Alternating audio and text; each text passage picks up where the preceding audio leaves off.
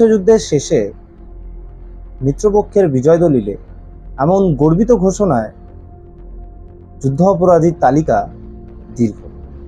এই দীর্ঘ তালিকায় নাম রাখা হয়েছিল সর্বত্যাগী দেশনায়ক নেতাজি সুভাষচন্দ্র বসু।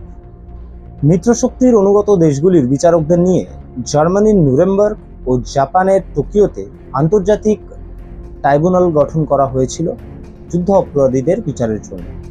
1946 থেকে 48 সাল অবধি নানা দেশে এই বিচার চলতে থাকে। এক কথায় বলতে গেলে যা ছিল বিচারের নামে প্রহসন মাত্র।